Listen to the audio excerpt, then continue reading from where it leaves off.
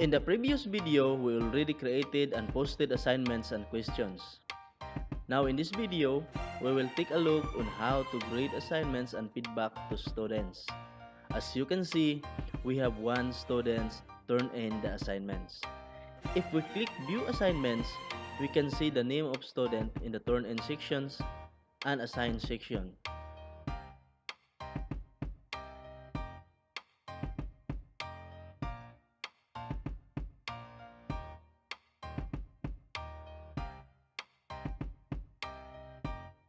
To grade assignments, click the line with the total score and enter grade,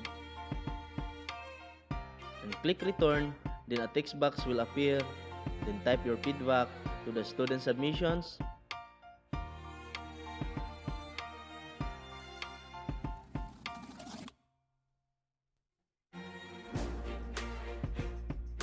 And click return to return grade.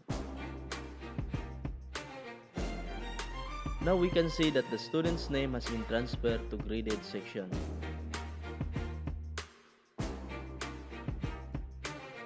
We will go back to our class homepage and click classwork. Now the turn-in student count becomes 0 and transferred to graded. If we click the other assignments, it has no submissions, and under the task assignments, we have one student submitted or turned in. So we will look another option to grade this assignment. Click the Grades tab.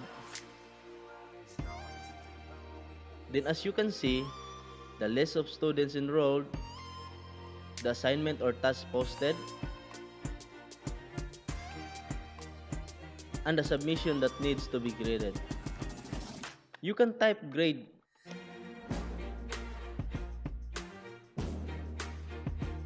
add feedback, then return assignment.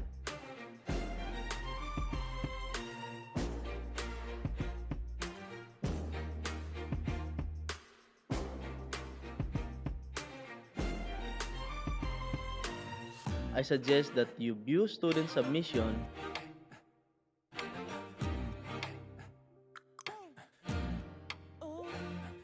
and check submission before grading. You can add comments or grade assignments, then click return button to return submission.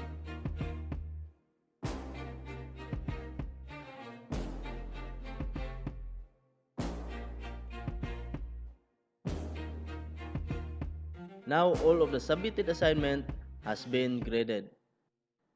And in the next video, we will take a look on using rubrics and scoring.